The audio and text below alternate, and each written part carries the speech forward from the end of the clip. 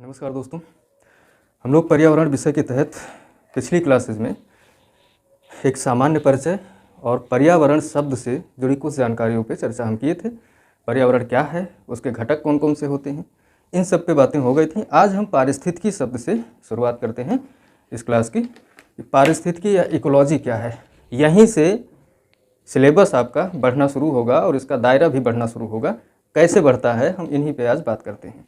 ठीक है, तो पारिस्थितिकी, पहले तो हम यही समझ लेते हैं कि पारिस्थितिकी का अर्थ क्या होता है, पारिस्थितिकी क्यों कहते हैं इसे, कौन से व्यक्ति रहे हैं जिन्होंने पारिस्थितिकी शब्द का प्रयोग किया। ठीक है, पारिस्थितिकी शब्द का जो प्रयोग हुआ सर्वप्रथम वो ओइकोलॉजी के रूप में हुआ था। ओइकोलॉजी का सर्वप्रथम प्रयोग किसने किया था इस शब्द का, तो आप ध्यान में रखिएगा, अर्नेस्ट हैकल नामक विद्वान थे, उन्होंने किया था इसका प्रयोग, अर्नेस्ट हैकल। ठीक है, 1869 में सर्वप्रथम इन्होंने इस शब्द का प्रयोग किया था। लेकिन ध्यान रहे कि ये इकोलॉजी शब्द का प्रयोग नहीं किए थे, बल्कि क्या किए थे, ओइकोलॉजी शब्द का प्रयोग किए थे। ठीक है, इसका जो अर्थ होता है ओइकोस, इसका जब आप संधि विच्छेद करते हैं तो क्या अर्थ निकल कर आता है, दो शब्दों में इसको बांटा जाता है, ओइकोस और लोगोस। यहाँ पे समझ लीजिए कि जो लॉजी है, लॉजी ना होकर के लोगोस था, इस शब्द के मिलने से ओइकोलॉजी बना था। तो ओइकोस का जो सामान्य अर्थ होता है वो रहने का स्थान होता है। क्या, रहने का स्थान। इसका अर्थ ये होगा कि आवास की बात करता है। ये कौन, ओइकोस आवास की बात करता है, जबकि लोगोस शब्द का अर्थ होता है अध्ययन करना। तो अगर इन दोनों शब्दों को मिला दिया जाए तो इसका जो सामान्य अर्थ निकल कर आता है वो क्या आता है, आवास का अध्ययन करना। ये क्या कहलाता है, पारिस्थितिकी, आवास का अध्ययन क्या कहलाता है, पारिस्थितिकी कहलाता है या ओइकोलॉजी कहलाता है। लेकिन ये जो ओइकोलॉजी है कुछ समय बाद, ज़्यादा नहीं, बस 2-3 वर्ष बाद ही ये दूसरे नाम से प्रचलन में आया और वो नाम था इकोलॉजी। इसी का आप कह सकते हैं कि थोड़ा सा बदला हुआ रूप किसका, ओइकोलॉजी को। ओइकोलॉजी बोलते बोलते ये इकोलॉजी बन गया। और इकोलॉजी का भी आप हिंदी में समझ रहे हैं, पारिस्थितिकी, दोनों का अर्थ होता है। लेकिन इसका अगर अंग्रेजी में देखा जाए बांट करके तो इको का भी अर्थ क्या होता है, आवास।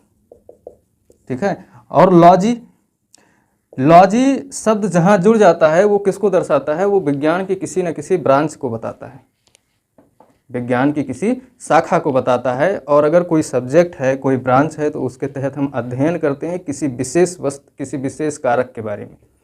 तो यहाँ पर अगर लॉजी शब्द जुड़ा है जो कि विज्ञान की बात करता है, तो वैज्ञानिक अध्ययन की बात करेगा, किसके, आवास का वैज्ञानिक अध्ययन। ठीक है, आप कह सकते हैं कि इकोलॉजी क्या है, विज्ञान की एक शाखा है, विज्ञान की एक शाखा है जिसके तहत क्या करते हैं हम, आवास का अध्ययन करते हैं। अब आवास किसका होगा भाई, आवास जलवायु, तापमान, मृदा का तो होगा नहीं, आवास होगा किसी जीव या जंतु का। तो जीव जंतुओं के आवास का अध्ययन करना ही क्या कहलाता है, इकोलॉजी कहलाता है। इसका सामान्य अर्थ है। इकोलॉजी से ही, यानी पारिस्थितिकी से ही संबंधित एक शब्द और होता है। देखिए कौन सबसे पहले प्रयोग किया, ये क्वेश्चन बहुत बार आ चुका है।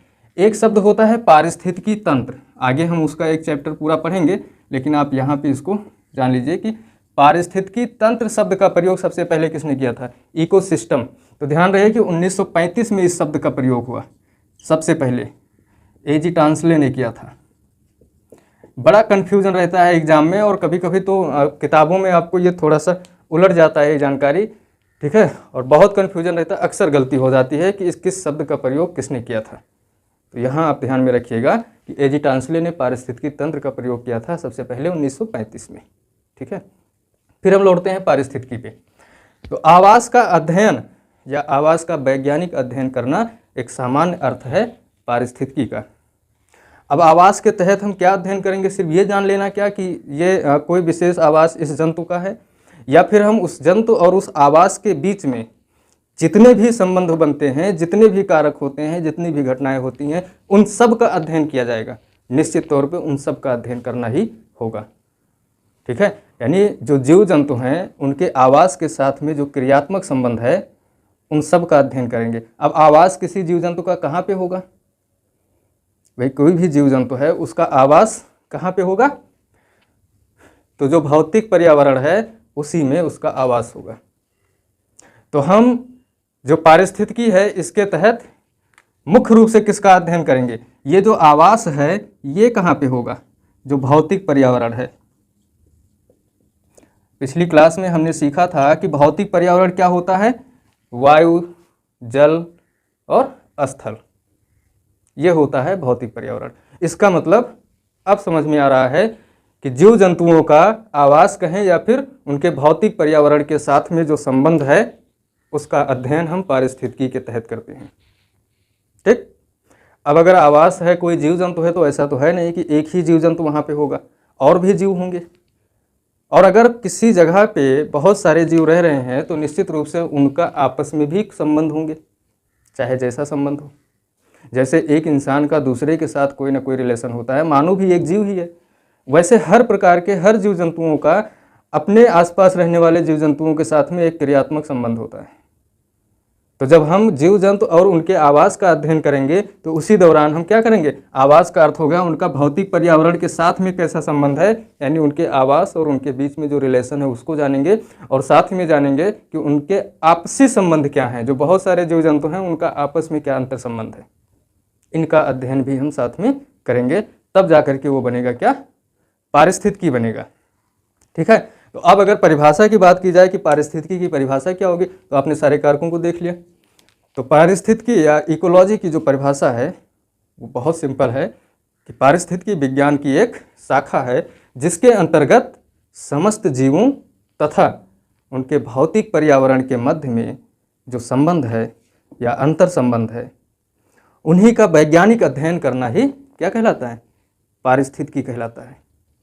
एक समय तक हम पारिस्थितिकी में सिर्फ जीवों का और उनके भौतिक पर्यावरण के साथ में जो संबंध है हम उसी का अध्ययन पारिस्थितिकी समझते थे, लेकिन अब वर्तमान समय में ये अवधारणा थोड़ी सी और बड़ी हो गई है, और अब हम क्या करते हैं? मानव और समाज का भी भौतिक पर्यावरण के साथ क्रियात्मक या अंतर संबंधों का अध्ययन भी इसमें शामिल करते हैं। अर्थात मानव जो भी एक्टिविटी कर रहा है, मानव की जो क्रियाशीलता है, जो इसके कार्य हैं, इसका भी हम पर्यावरण के साथ में जोड़ करके अध्ययन करते हैं। ये भी पारिस्थितिकी के तहत आता है। यानी मानव पहले अलग था जीव जंतु और उनके पर्यावरण से, लेकिन अब जो अवधारणा है वो ये है कि जीव जंतुओं का उनके पर्यावरण के साथ में तो हम अध्ययन करते ही हैं, उनके बीच में जो संबंध है उनका, लेकिन अब हम मानव समाज और उनके पर्यावरण के मध्य के जो अंतर संबंध है या जो रिलेशन है उसका भी अध्ययन हम वर्तमान समय में करते हैं। ठीक है। अब देखा जाए तो पारिस्थितिकी का जो विषय क्षेत्र है उसमें हम दो पक्षों का अध्ययन करते हैं। एक तो किसी विशेष क्षेत्र के भौतिक पर्यावरण के संदर्भ में जीवों का अध्ययन, और दूसरा हम करते हैं एक समुदाय में, यानी जिस क्षेत्र में जीव जंतु हैं उनका एक समुदाय बनेगा। तो एक समुदाय में समस्त जीवों के या फिर विभिन्न जीवों के मध्य में जो होने वाली संबंध है या जो क्रियाशीलता है उसका भी हम क्या करते हैं? अध्ययन करते हैं। बात की जाए कि पारिस्थितिकी की कोई शाखा, तो एग्जाम में क्वेश्चन पूछा गया है। पारिस्थितिकी की दो शाखा हो सकती है। एक तो होता है स्वपारिस्थितिकी,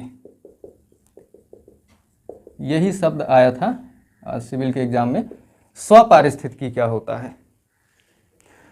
तो जब स्वपारिस्थितिकी का अर्थ होगा अपने आप, स्व का मतलब स्वयं। ठीक है। तो यहाँ जीव जंतुओं को स्वयं से आप ये मानकर चलिए कि उन्हीं के समुदाय में, उन्हीं के समुदाय का अर्थ होगा उन्हीं की जाति में। ठीक है। जाति या प्रजाति। जैसे अगर हिरण है तो सिर्फ हिरण की बात हो रही है, शेर की बात नहीं हो रही है। अगर हिरण, सारे हिरण मिलकर आपस में कोई संबंध स्थापित करते हैं, उसका हम अगर अध्ययन करते हैं तो वो स्वपारिस्थितिकी होगा। ठीक है। आप कह सकते हैं कि स्वपारिस्थितिकी का जो सामान्य अर्थ है वो जीव की एक जाति की, एक प्रजाति की पारिस्थितिकी का अध्ययन। जैसे मैंने बताया ना कि हिरण की पारिस्थितिकी जो है, अब हिरण एक ही, बहुत सारे हिरण हैं, उनके बीच के अंतर संबंधों की बात अगर की जाए तो हिरण का जीवन चक्र क्या है, उसका आवास क्या है, उसका रहन सहन क्या होगा, उसका भोजन क्या है, इन सब का हम पूरा अध्ययन जब करते हैं तो वो क्या कहलाता है? स्वपारिस्थितिकी कहलाता है। एक शब्द होता है समुदाय पारिस्थितिकी या समपारिस्थितिकी। समुदाय पारिस्थितिकी। समुदाय पारिस्थितिकी का अर्थ होता है कि जब अध्ययन किसी एक प्रजाति के जीवों के पारिस्थितिकी पर नहीं बल्कि विभिन्न प्रजाति के जीवों का जो समुदाय है उनके बीच के संबंधों का जब हम अध्ययन करते हैं और उनका पर्यावरण के साथ जब अध्ययन करते हैं तो क्या कहलाता है? समुदाय पारिस्थितिकी कहलाता है। इसका अर्थ ये हो गया कि हिरण, हाथी, शेर, बहुत विभिन्न प्रकार के पादप समुदाय हैं, बहुत सारी वनस्पतियां हैं, जब इनका हम किसी क्षेत्र में अध्ययन करते हैं तो वो कहलाता है समपारिस्थितिकी या समुदाय पारिस्थितिकी। आप इन शब्दों से समझ लीजिए, स्वपारिस्थितिकी मतलब एक ही प्रजाति के जीवों के रहन सहन, उनके पूरे आवास, दिनचर्या, जीवन चक्र, जब इन सब का अध्ययन करें तो स्वपारिस्थितिकी, और जब एक यही सारी विशेषताएं जब हम एक समुदाय पे लागू करते हैं तो वो समपारिस्थितिकी या फिर समुदाय पारिस्थितिकी कहलाता है। ठीक है। पारिस्थितिकी जो है, इकोलॉजी, इसके संगठनात्मक स्तर की बात कर लेते हैं, लेवल ऑफ इकोलॉजिकल ऑर्गेनाइजेशन। पारिस्थितिकी संगठन के स्तर, पारिस्थितिकी संगठन के स्तर की बात हो रही है। संगठन का मतलब होगा कि जो पूरा का पूरा इकोलॉजी है वो एक ऑर्गेनाइज है पूरी तरीके से, जीव जंतु, पेड़ पौधे, छोटे जीव, बड़े जीव, तो एक जो पूरा का पूरा संगठन बन रहा है उसका स्तरीकरण भी है, उसके कितने स्तरों में हम देख सकते हैं, उन्हीं की बात यहाँ पे हम करेंगे। तो सबसे छोटे स्तर पे तो आता है जीव। ठीक है। पारिस्थितिकी जो विषय है इसके अध्ययन की आधारभूत इकाई कह सकते हैं आप, क्योंकि अगर जीव नहीं है तो फिर पारिस्थितिकी तंत्र क्या है या पारिस्थितिकी का क्या मतलब है। अगर जीव ही नहीं है तो फिर कौन पढ़ेगा और क्यों पढ़ेगा। तो पारिस्थितिकी अध्ययन की आधारभूत इकाई है ये जीव। इस स्तर पे हम क्या करते हैं, किसी एक जीव को पकड़ते हैं और उस पर उसकी आकृति का अध्ययन करते हैं, उसके शरीर क्रिया का अध्ययन करते हैं, जीवधारियों के मध्य में जो संबंध है, परस्पर संबंध होते हैं, उनका अध्ययन करते हैं, और फिर उनका उस जीव का वातावरण के साथ, जिस माहौल में रह रहा है उन वातावरण के साथ में उसके अनुकूलन का अध्ययन करते हैं। एक शब्द यहाँ पे मैं और बोल रहा हूँ, अनुकूलन। इसका क्या मतलब होता है? अनुकूलन यानी एडॉप्टेशन। ये एक सेपरेट चैप्टर भी है आपका, लेकिन आप यहाँ इतना समझ लीजिए, अनुकूलन का अर्थ होता है जब आप किसी परिस्थिति को के अनुसार आप ढल जाएं तो ये होता है कि आप उस माहौल को या उस परिस्थिति को एडॉप्ट कर चुके हैं। ठीक है। तो जब हम बात किसी जीव के स्तर पे हम होते हैं जब, तो सबसे छोटी इकाई होती है ये पारिस्थितिकी की, और यहाँ पर हम देखते हैं कि किसी जीव का जो स्ट्रक्चर है, उसका खान पान है, अपने वातावरण के साथ में जो अनुकूलन है, इन्हीं सब का हम अध्ययन करते हैं जीव के स्तर पे। ठीक है। अब दूसरा स्तर आता है कि जब बहुत सारे जीव मिल जाते हैं तो फिर क्या बनाएंगे? जनसंख्या बनाएंगे, पॉपुलेशन। इसी को समष्टि करके आ जाता है एग्जाम में कभी कभी, समष्टि यानी पॉपुलेशन। पॉपुलेशन का क्या अर्थ होता है, जनसंख्या का क्या अर्थ होता है? किसी निश्चित क्षेत्र में एक ही प्रजाति के प्राणियों की जो संख्या होती है वही जनसंख्या कहलाती है। ध्यान रहे, यहाँ एक ही प्रजाति की बात हो रही है। जैसे मानव प्रजाति क्या है? मानव जनसंख्या है। हम भारत में भारत की जनसंख्या के बारे में बात करते हैं तो क्या बात होती है कि भारत में पाए जाने वाले जितने भी मानव हैं उन सब की हम संख्या को गिन लेते हैं और वही पूरे भारत की क्या है? जनसंख्या। तो जब हम किसी प्राणी की या किसी एक ही प्रजाति के जंतुओं की बात करें तो वो जनसंख्या होती है। ठीक है। इसकी जो निश्चित परिभाषा है वो किसी विशिष्ट स्थान पर पाए जाने वाले एक ही प्रजाति के ऐसे सदस्यों की संख्या, ध्यान रहे, ऐसे सदस्यों की संख्या जो स्वतंत्र रूप से अंतः प्रजनन करने में सक्षम हों। ठीक है। स्वतंत्र रूप से अंतः प्रजनन करने में सक्षम हो। भाई जब एक ही प्रजाति के प्राणी होंगे तभी प्रजनन संभव हो सकता है, अदरवाइज नहीं हो पाएगा। तो ये एक पहचान भी है कि अगर दो जीवों के मध्य में प्रजनन की क्रिया संपन्न हो रही है तो इसका अर्थ ये होगा कि वो एक ही प्रजाति के हैं। अगला स्तर होता है समुदाय का। बहुत सारे जनसंख्या मिल करके, जनसंख्या समूह मिल करके एक समुदाय का निर्माण करते हैं। क्या करते हैं? समुदाय का, यानी कम्युनिटी। बहुत सारे जनसंख्या समूह मिल करके एक समुदाय का निर्माण करते हैं। जब किसी क्षेत्र में एक ही तरह के वातावरण में, यहाँ वातावरण इम्पोर्टेंट है, एक ही तरह के वातावरण में, अब मान लीजिए कि कोई मरुस्थली क्षेत्र है और वहाँ का वातावरण गर्म है, तो उस गर्म वातावरण में जितने प्रकार के भी जनसंख्या होगी, जनसंख्या समूह होगी, वो मरुस्थलीय क्षेत्र की क्या है, कम्युनिटी होगी। ये चीज़ आप ध्यान में रखिएगा। यानी हाथी, शेर, भेड़िया, ये सब मिल करके कम्युनिटी का निर्माण करते हैं। लेकिन ध्यान रहे कि ऐसा ना होने पाए कि एक टुंड्रा जलवायु के जीव हैं तो दूसरे मरुस्थलीय जलवायु के। वो जलवायु एक होनी चाहिए, तापमान में समानता होनी चाहिए, उस क्षेत्र की जो भौतिक विशेषता है वो नॉर्मल होनी चाहिए, एक जैसी होनी चाहिए। अगर उस परिस्थिति में जितने लोग भी सर्वाइव कर रहे हैं, जितने जीव जंतु, उन सब की जो जनसंख्या है उन सबको मिला दिया जाए तो फिर क्या होगी, कम्युनिटी होगी, समुदाय होगा। ठीक है, यानी कोई एक विशेषता उन सबको जोड़ती हो। तो भाई जाति तो नहीं जोड़ रही है, प्रजाति तो उनकी स्पेसीज अलग अलग है, भेड़िया और शेर की जो प्रजाति है वो अलग अलग है, लेकिन ये दोनों सवाना जलवायु में पाए जाते हैं, ये कॉमन है। ठीक है, तो उस क्षेत्र, सवाना क्षेत्र के ये कम्युनिटी में हिस्सा लेने वाले सदस्य हैं। ठीक है, जो अलग अलग प्रजाति के हैं लेकिन एक जलवायु क्षेत्र में रह रहे हैं। इसके बाद में बात आती है किसके, पारिस्थितिकी तंत्र की। अब ये पारिस्थितिक, देखिए एक स्तर दूसरे स्तर से बढ़ता जा रहा है। जीव छोटे स्तर पे है, जनसंख्या थोड़ी सी बड़े स्तर पे है, समुदाय उससे भी बड़े स्तर पे है, और पारिस्थितिकी उससे भी बड़े स्तर पे है। पारिस्थितिकी तंत्र, ये भी सेपरेट चैप्टर है आपका। पारिस्थितिकी तंत्र का अर्थ हो गया कि एक ऐसा क्षेत्र, पहले तो आप ये जान लीजिए कि इस शब्द का प्रयोग सबसे पहले किसने किया था, एजी टांसले ने किया था 1935 में। कई बार ये क्वेश्चन आया है और अक्सर यहाँ गलती हो जाती है, क्योंकि पारिस्थितिकी और पारिस्थितिकी तंत्र में अंतर स्पष्ट कर पाना एग्जाम हॉल में थोड़ा सा मुश्किल हो जाता है।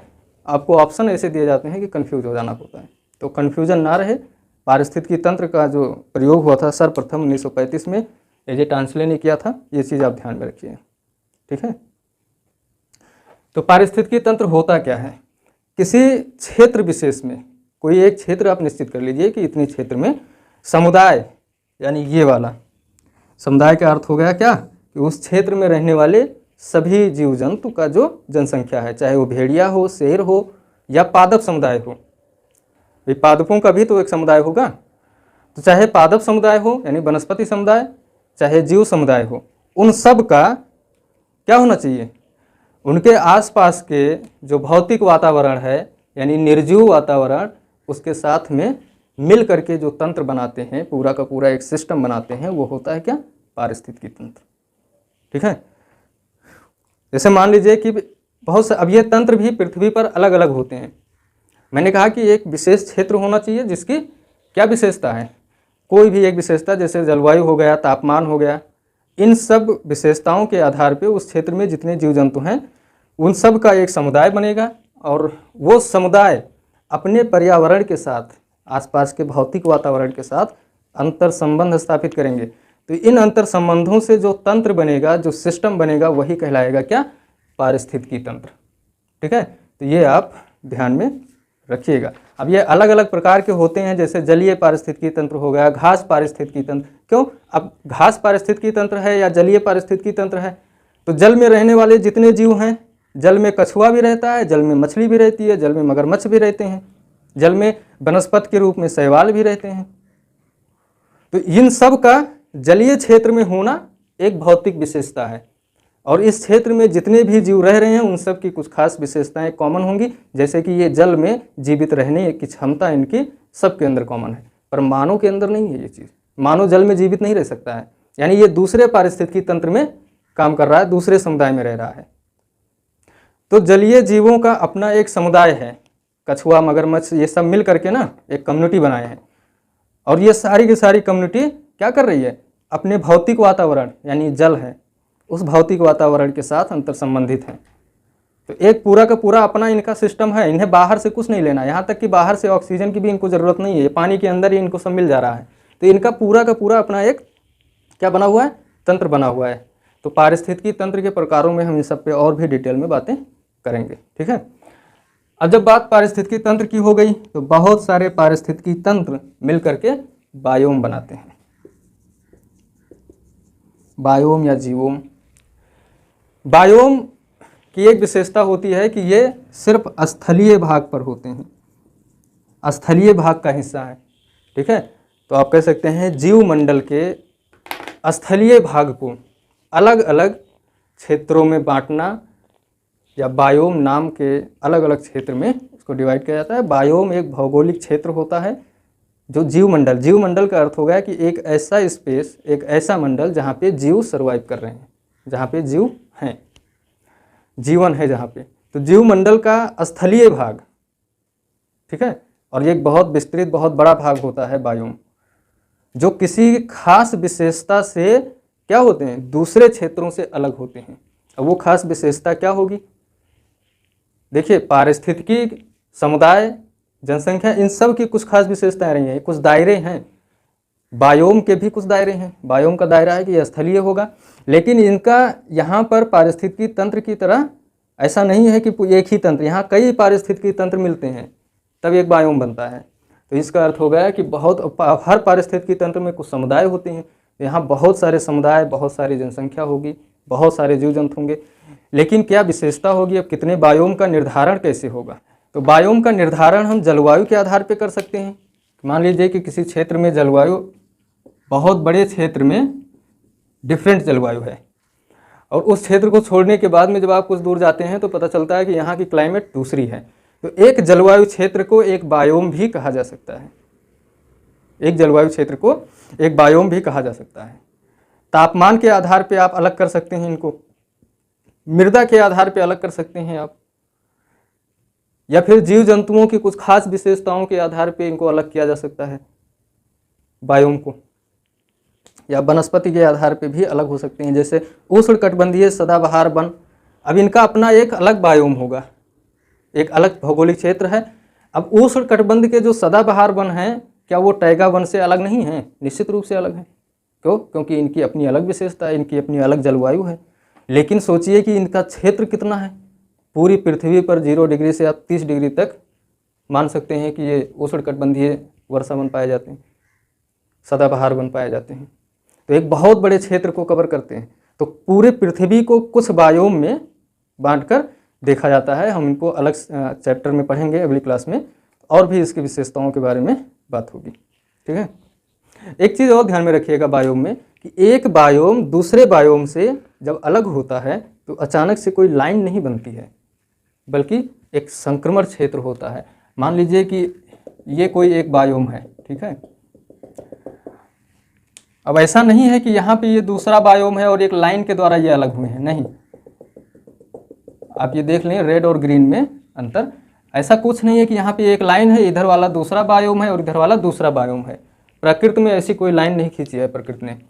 होता क्या है कि इस बायोम के भी कुछ क्वालिटी या कुछ जीव जंतु इस बायोम में आपको मिल जाएंगे, ठीक है, और रेड वाले बायोम के कुछ जीव जंतु ग्रीन वाले बायोम में जाके मिल जाएंगे आपको। बीच में इतना क्षेत्र ऐसा होगा जहाँ पे दोनों बायोम की विशेषताएं मिलती हैं। क्लाइमेट मिलती है थोड़ी बहुत, टेम्परेचर मिलता है, मृदा मिलती है, वनस्पतियाँ थोड़ी बहुत मिलती हैं, इस बायोम की भी और इस बायोम की भी। तो यहाँ पे जीव जंतु भी दोनों बायोम के कॉमन होंगे। आप कह सकते हैं कि दो बायोम के बीच का जो क्षेत्र होता है संक्रमण क्षेत्र होता है, और ये क्षेत्र बहुत ही समृद्ध होता है, जीव जंतुओं से भरपूर होता है। यहाँ डाइवर्सिटी बहुत होती है। इसी को इकोटोन बोलते हैं। क्या कहते हैं? इकोटोन।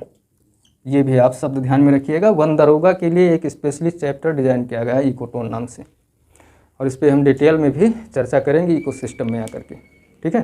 तो ये चीज़ आप ध्यान रखिएगा कि दो बायोम कभी अचानक से अलग नहीं होते हैं, बल्कि एक संक्रमण क्षेत्र के माध्यम से वो धीरे धीरे अलग होते हैं। अब इनके बाद में बात आती है जैवमंडल स्तर की। जैवमंडल बायोम से भी क्या है? बहुत ब्रॉड है, बहुत बड़ा है। तो स्थल मंडल और जल मंडल और वायुमंडल, इन तीनों मंडल में का जो कॉमन क्षेत्र होता है, इन तीनों मंडल का वो भाग जहाँ पर जीवन पाया जाता है वो जैवमंडल कहलाता है, ठीक है। इनको आप एक चित्र समझ लीजिए। जैसे मान लीजिए ये जल मंडल है, ठीक, ये वायुमंडल है और ये स्थल मंडल है। तो यहाँ पर इन तीनों का कॉमन क्षेत्र है एक, यहीं पे जीवन होगा, और इसी को क्या बोलेंगे? जैवमंडल या बायोस्फीयर, ठीक है। ये क्या होगा? जैवमंडल होगा। बहुत ही समृद्ध होता है। जीवन की उत्पत्ति और विकास की सही सही दशाएं यहीं पर मिलती हैं, जहाँ पे जल भी हो, ऑक्सीजन भी पर्याप्त मात्रा में होनी चाहिए, और रहने के लिए, भोजन के लिए स्थल भी होना चाहिए। अगर ऐसा क्षेत्र है कोई तो वो जैव मंडल के नाम से जाना जाएगा। आप देखेंगे कि एक बायोस्फीयर प्रोग्राम भी है जो आपको पढ़ना है, जैव मंडल रिजर्व। रिजर्व का मतलब आरक्षित क्षेत्र। तो ये वही क्षेत्र होता है जिसको आरक्षित कर दिया गया है, रिजर्व कर दिया गया है। क्यों? क्योंकि ये बहुत ही समृद्ध क्षेत्र होता है डाइवर्सिटी के नज़रिए से। इसको भी हम अलग से पढ़ेंगे, ठीक है।